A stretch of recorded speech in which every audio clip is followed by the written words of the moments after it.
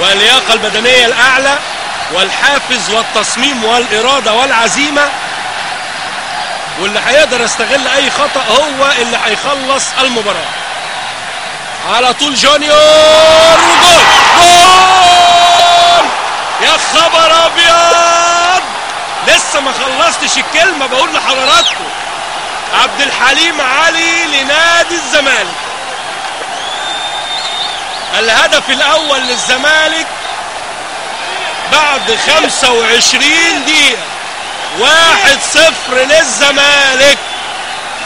بقول لحضراتكم المباراة مثيرة وسريعة وأحداثها كتيرة قوي، وكان ناقصنا بس هدف.